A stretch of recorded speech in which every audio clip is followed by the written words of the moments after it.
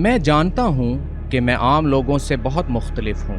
میرے ساتھ جو واقعات پیش آتے ہیں وہ بہت ہی غیر معمولی ہیں۔ ایسا کیوں ہوتا ہے اس کی مجھے خود بھی سمجھ نہیں۔ اگر پھر بھی سمجھانا چاہوں تو ایسا کہنا مناسب ہوگا کہ میں ایک ایسی دنیا سے رابطے میں ہوں جس سے زیادہ تر لوگوں کا کبھی سامنا نہیں ہوتا۔ مجھے اس بات پر یقین ہے کہ ایسا کوئی انسان نہیں جس کے پاس روحانی دنیا سے رابطے کا کوئی ٹھوس ثبوت موجود ہو۔ میرے نزدیک روحانی دنیا سے رابطہ ایسی چیز ہے جسے صرف رابطہ کرنے والا محسوس کر سکتا ہے۔ شاید اسی لیے سائنس کے نظریے سے دیکھنے والے کبھی اس طرح کی باتوں پر یقین نہیں کرتے، مگر میں جانتا ہوں کہ روحانی دنیا اسی طرح ایک حقیقت ہے جیسے کہ یہ مادی دنیا، اور میرے لیے یہ کافی ہے۔ میں امریکی اسٹیٹ ٹیکساس کے لیے کام کرتا تھا۔ یہ واقعہ 2011 کا ہے، جب میری ریٹائرمنٹ میں تقریباً 1 سال باقی تھا۔ اس وقت میں ٹیکساس کے نارتھ میں واقع ایک جیل میں کام کر رہا تھا۔ میری جاب ایک کریکشنل آفیسر یا ایک اصلاحی افسر کی تھی، اور اسی سلسلے میں مجھے بلڈنگ کے اس حصے میں جانا پڑتا تھا جسے 4 بلڈنگ کہتے تھے۔ اس بلڈنگ کے 3 ونگ تھے۔ یہ بلڈنگ ان قیدیوں کے لیے تھی جو جیل میں ہونے کے باوجود رولز کی پابندی نہیں کرتے تھے، اور لہٰذا ان پر عام قیدیوں کے مقابلے میں کہیں زیادہ کیسز تھے۔ میں ہر روز 12 گھنٹے کی شفٹ کرتا، اور ہر رات ہمیں مختلف اوقات میں قیدیوں کی گنتی کرنا ہوتی تھی۔ یہ گنتی شام 6:30 بجے سے شروع ہوتی تھی، جو کہ میری شفٹ سٹارٹ ہونے کا وقت تھا۔ یہ گنتی ساری رات وقفے سے چلتی رہتی، اور ان میں سے ایک گنتی بیڈ بک کاؤنٹ یا بستروں کی گنتی تھی۔ بیڈ بک کاؤنٹ کے لیے قیدی اپنے سیل کے دروازے کے پاس آ کر آفیسر کو اپنا ID کارڈ دکھاتا ہے، اور آفیسر کے پاس اس کا کلپ بورڈ ہوتا ہے جس پر قیدی کا ID کارڈ نمبر درج ہوتا ہے۔ ان دونوں ID کارڈ نمبرز کا ایک ہونا اس گنتی کے صحیح ہونے کے لیے ضروری ہوتا ہے۔ یہ شفٹ کے 12 گھنٹوں کی سب سے اہم گنتی سمجھی جاتی ہے۔ بیڈ بک کاؤنٹ ٹیکساس کی جیلوں میں عام طور پر قیدیوں کے ناشتے کے بعد کیا جاتا ہے، اور ناشتے کا یہ وقت صبح 2:30 سے 3 بجے کے درمیان ہوتا ہے۔ ایک روز میں اپنے بیڈ بک کاؤنٹ کی روٹین پر نکلا تو میں نے ونگ C سے شروعات کی، اور آخر میں ونگ A تک جا پہنچا۔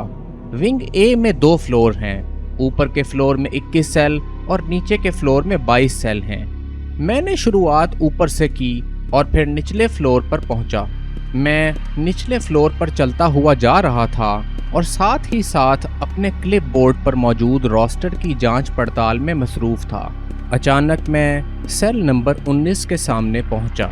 میں نے سر اٹھا کر سامنے دیکھا تو ایک 30 سال کا صحت مند ہسپانوی قیدی اپنے سیل کے دروازے کی کھڑکی سے مجھے دیکھ رہا تھا۔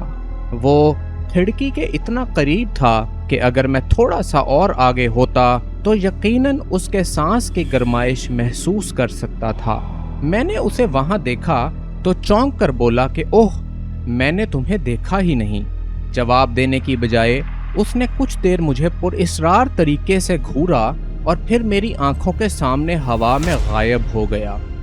جیسا کہ میں پہلے بتا چکا کہ میرا تعلق روحانی دنیا سے نیا نہیں ہے، اور عام طور پر بھوتوں سے رابطے پر میرے رونگٹے کھڑے نہیں ہوتے، اور نہ ہی مجھے کسی قسم کا ڈر لگتا ہے۔ لیکن جب ایک ٹھوس نظر آنے والا آدمی یکا یک آپ کی نظروں کے سامنے ہوا میں غائب ہو جائے تو اس کا اثر کچھ الگ ہی ہوتا ہے۔ میں تسلیم کرتا ہوں کہ اس دن میں واقعی ڈر گیا تھا۔ آنے والے کئی دنوں تک میں بے یقینی کی اس کیفیت میں مبتلا رہا۔ اس شخص کے غائب ہو جانے کے بعد میں نے ایک قدرے زیادہ عمر کے ہسپانوی آدمی کو نیچے والے بیڈ سے اٹھتے ہوئے دیکھا۔ وہ مجھ سے کہنے لگا، باس، آپ کس سے بات کر رہے ہیں؟ میں نے جواب دیا کہ یہاں ایک اور لگ بھگ 30 سال کا آدمی تھا جو میری آنکھوں کے سامنے غائب ہو گیا۔ میرا جواب سن کر وہ کچھ خوف زدہ ہو گیا اور اوپر والے بیڈ کی طرف اشارہ کر کے کہنے لگا کہ باس، یہ بیڈ تو کئی مہینوں سے خالی ہے، یہاں میں اکیلا رہتا ہوں۔ اس وقت مجھے میری چھٹی حس نے اکسایا کہ میں اس قیدی کو وارن کروں کہ اگر کوئی نیا قیدی اس کے ساتھ اس سیل میں شفٹ ہو تو اس سے محتاط رہے۔ میں پہلے بھی مستقبل کے واقعات کی پیش گوئی کرنے میں کامیاب رہا ہوں، لیکن یہ واقعات بہت بے ترتیب اور کم ہیں۔ مجھے یہ ماننے میں بھی کوئی آر محسوس نہیں ہوتی کہ ایسا بھی ہوا کہ میں نے کسی واقعے کے ہونے کی پیش گوئی کی اور وہ کبھی رونما نہ ہوا۔ شاید اسی وجہ سے میں اس قسم کے واقعات لوگوں سے بانٹنے سے اکثر گریز کرتا ہوں، لیکن اس بار مجھے ایسا محسوس ہو رہا تھا جیسے یہ کام ضروری ہے۔ اسی لیے میں نے اس آدمی سے یہ بات کہہ ڈالی کہ اگر کوئی نیا قیدی اس کے سیل میں شفٹ کیا جائے تو اس سے محتاط رہے کہ اس کی جان کو خطرہ ہو سکتا ہے۔